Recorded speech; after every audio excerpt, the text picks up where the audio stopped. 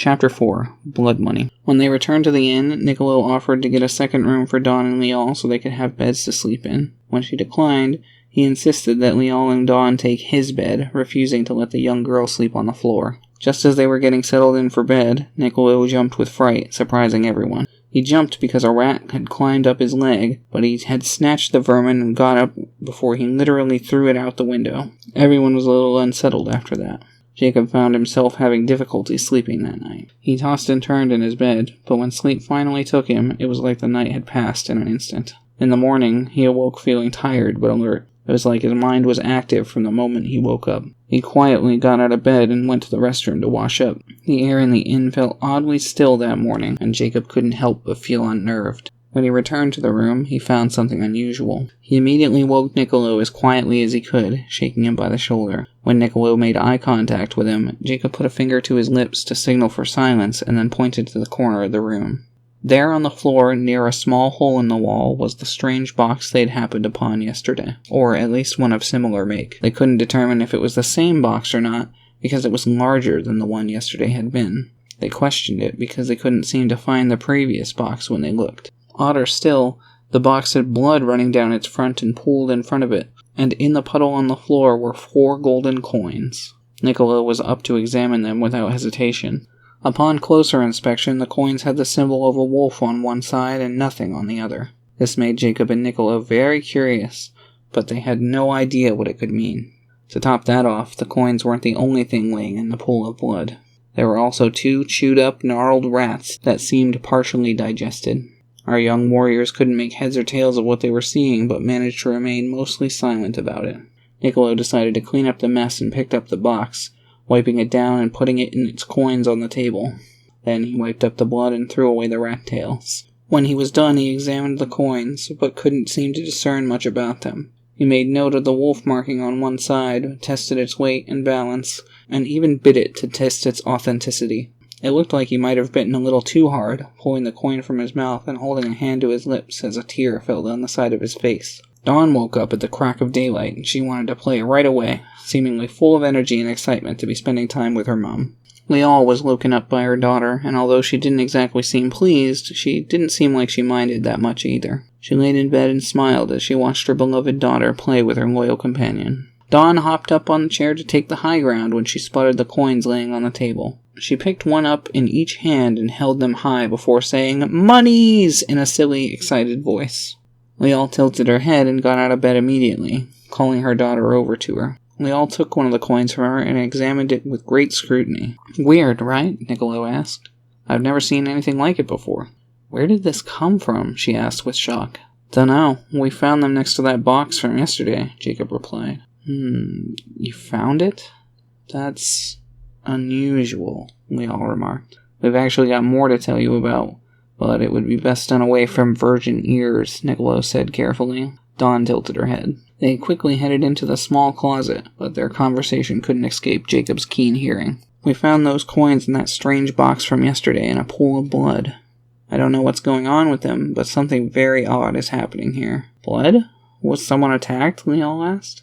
"No, I don't think so. I know it seems strange, but I think the blood might have been coming from that box. But I just really have no idea," Niccolo explained with the best of his ability. Jacob had wanted to listen further, but Dawn approached him with Cardi at her side. "Mr. Jacob, are these coins bad?" she asked, holding the one still in her hand up to him. "I don't know, but something tells me they might be," Jacob replied. "Oh, why do you think that?" she asked. "Well, because we don't know where they came from or what they're good for," he explained. "What do you mean? They're just monies?" she asked. "Yeah, I guess money is just money to you, huh?" Jacob asked. She tilted her head. "It's okay.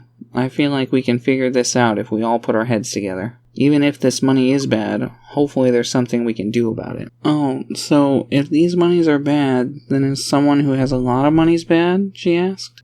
"Not always. Why are you asking?" Jacob asked in reply.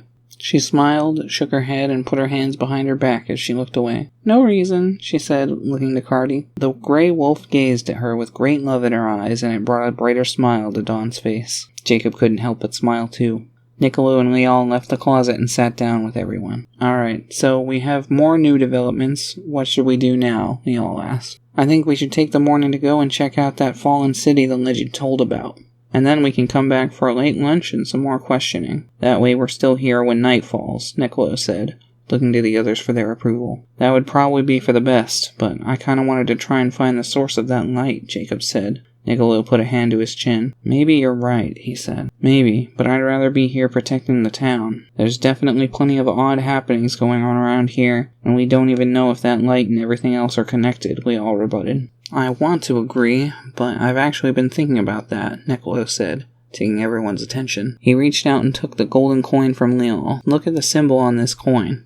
It's a wolf. This town is being attacked by its own residents when they unwittingly turn into wolf creatures, and last night they showed up less than 30 seconds after that light went off. If this isn't all connected somehow, I'll eat my shoes. Fine, but how is it connected? Or what are we going to do about it? Leal asked. I'm still not sure yet, but we need to do some field research first, and then hopefully we can find out, Nicholas replied confidently. Alright, I guess that makes sense. Let's all go get some breakfast, and then I'd like to drop Dawn off with Randy. I don't feel safe marching her off to this old ruin, Leal replied. Jacob and Niccolo agreed with her sentiment and got themselves together. Then they went downstairs to enjoy a light breakfast of porridge and fresh fruit. When they were done, they stepped outside to find Randy approaching. Leal quickly explained their plans to him and promptly returned Dawn to his custody. They were just starting off toward the ruins when Randy called out to them from behind. Hey, wait! I thought I'd give you this, Leal, Randy said, sounding loving yet bashful. He untied a large sack seemingly full to the brim with coin from his belt and offered it to his ex-wife. Leal eyed him very suspiciously, and her eyes went wide when she felt the weight of the bag's heft in her hands. Money? Oh, so that's why you're doing so well. One of your get-rich-quick schemes finally worked for you, eh? Leal asked, seeming annoyed. What? You seriously think I didn't learn anything after what happened in Thomas? I earned that money, Leal, and I really don't appreciate you saying things like that in front of our daughter, Randy retorted. Then why are you giving it to me? To help you pay for the inn and make sure Dawn stays well-fed? It's not like you have any money, Randy accused. Leal seemed frustrated but didn't argue about it anymore, hanging her head in shame. But then she seemed to get an idea and opened the sack, pulling a golden coin from it. The coin had the symbol of the wolf etched into it, just like those Jacob and Niccolo had found that morning. Where did you get this? Leal asked, raising everyone's suspicions. What do you mean, where did I get it? I just told you I earned it, Randy decried. I've seen the currency merchants in this town use, and it doesn't bear this symbol. So where did you get it? Leal accused, holding the coin up to him. Randy suddenly looked shocked, and he was starting to sweat as he took a step back. What do you mean? That's the currency I get paid in, he said, seeming at a loss for words. Really now? Alright, fine.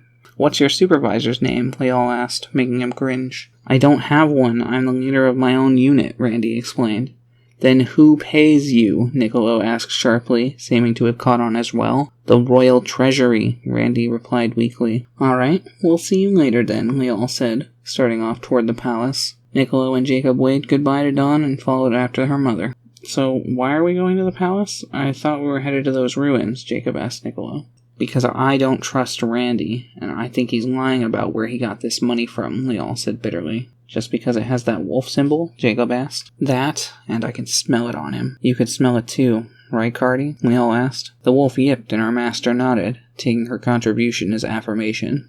Jacob, Niccolo, and Leal were shocked when they arrived at the castle but were denied entry. After inquiring about the royal treasury, the group was told many royal officials were away on business and that the treasurer was one of them. Something about this didn't seem to sit right with Leal. Well, if the treasurer isn't here anyway, I guess I should follow my other gut feeling, she said, somewhat solemnly. Jacob and Niccolo weren't exactly sure what she was talking about, but decided to follow her anyway as she led them south of town. It wasn't long before Jacob realized where she was leading them, and he began walking faster to see their objective. He was mortified when they happened across a corpse laying not far off the road. The mostly naked body of a young man was bloated and had its throat ripped out, and they needed to scare scavengers away from the decomposing feast. They took several minutes examining the corpse, but found very little of value. I can't believe this creature was really a young man. Cardi, what have we done? We all asked. She had disappointment and despair unlike any Jacob had ever seen on her face as Cardi whimpered with sadness. Hey, you were under attack. Besides, it's not like you ever could have known what happened. Come on, let's bring him back to town so he can have a proper burial, Nicola suggested.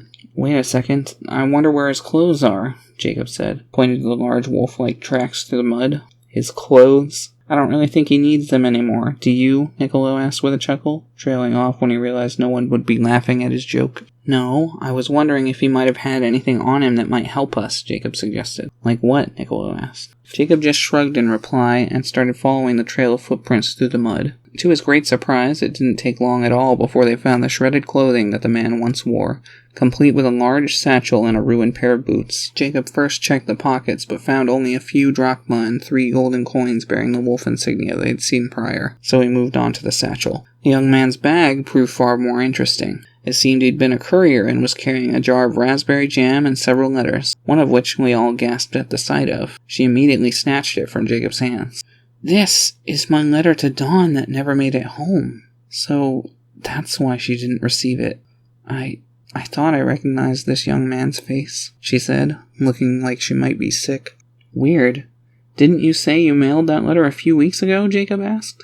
Sometimes couriers have lots of places to visit, so they don't usually go straight to a particular recipient unless they're the closest one. Still, this is all extremely troubling, Niccolo said. Yeah, if a courier was transformed, that means it might be happening to people in other towns too, Jacob said, crossing his arms. Well, yes, but also we have no idea how or why these people are transforming. How many is a problem too, but someone well outside of town, seemingly without any connection to any of this? Niccolo remarked, sharing a grim expression with both of them. He shook his head as he continued. This mystery is getting darker and stranger by the second, he said with a sigh.